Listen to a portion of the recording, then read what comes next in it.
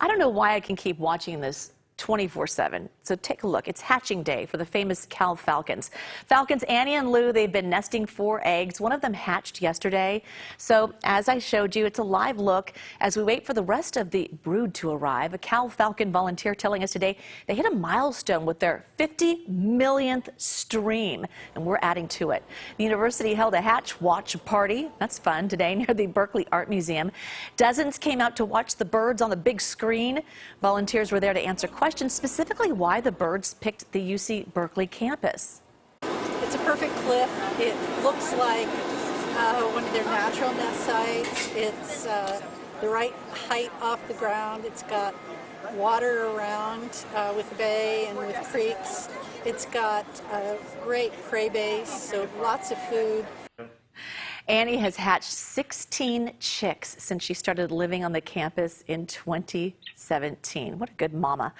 All right, if it weren't for a serious conservation effort, those falcons might not be here today. In fact, 50 years ago, they were facing extinction. So I want to bring in Janice Mabry, and she spent some time with someone who's actually made this his life's work, actually, to protect these birds. It's fascinating. He has, and I got to go on a hike with him. He's a falconer, and we went on a hike high above the East Bay Hills, and he told me all about his work. It was just amazing. Let's take a look.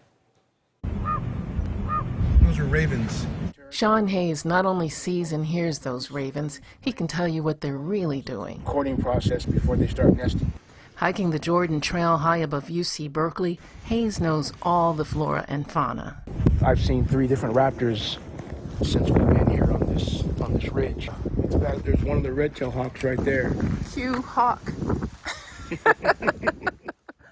Q Hayes. This stunning footage from the award-winning documentary Game Hawker captures his lifelong passion. Hayes practices the ancient art of falconry. Part Renaissance man, part conservationist. He says it is a lot like filmmaking. I'm the director, I'm the producer, I'm the editor. There's so many moving parts in falconry. Once you put them together, it's rewarding and it also becomes fun. I love watching my birds power up over 1,000 feet and just dominating the sky. The fastest bird on Earth. On the hunt, a falcon dives at speeds topping 200 miles per hour. But the pesticide DDT brought these birds of prey to near extinction in the 70s, making their eggs so brittle they cracked. Falconers and conservationists brought their numbers back, but almost half still don't survive their first year.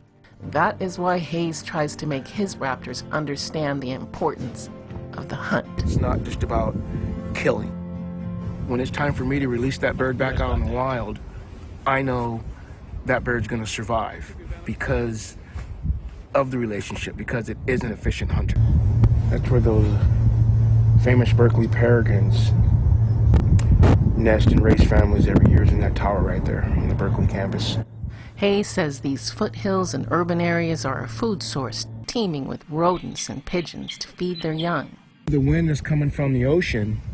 It's coming from the Golden Gate Bridge. They will use that air in this valley to get up in the air, and then they'll take off to go hunting, and they'll use that same air to come back. They'll use the environments that they live in and not have to burn so much energy when they're out hunting and flying. So Hunting and flying through a world Hayes says nature hides in plain sight. He considers it a gift. Just look at this beautiful view. You know, I'm thankful of that.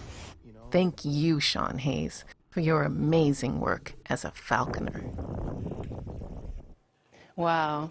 Such an incredible day. You know, I have jogged and hiked that trail dozens and dozens of times, but it will never be the same after doing it with Shawn. I know. I really liked how you put that story together, the way you voiced it, too. You almost feel like you have to be kind of quiet when you're out there in nature. So I appreciate how you did that.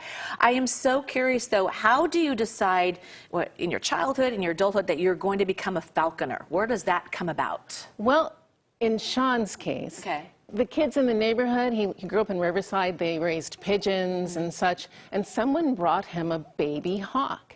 And he took that hawk, and back then, everyone went to the library. He had a library book from like the neighborhood cool dude. And he looked up, just quickly, he said, I didn't understand a thing. Right. And he improvised. He used a gardening glove. Oh my goodness. That's usually how it all starts, right? And he read somewhere that that you put bells on your hawks, so he used his mom's Christmas ornaments. And he says, I didn't know what I was doing, but he knew that was what he wanted to do for the rest of his life. And he tells kids all the time, if you want to do something, do it. Well, and then he also, or in your story, you explained why Lou and Annie are on the Campanile for the very reasons, for the weather and then to go out hunting.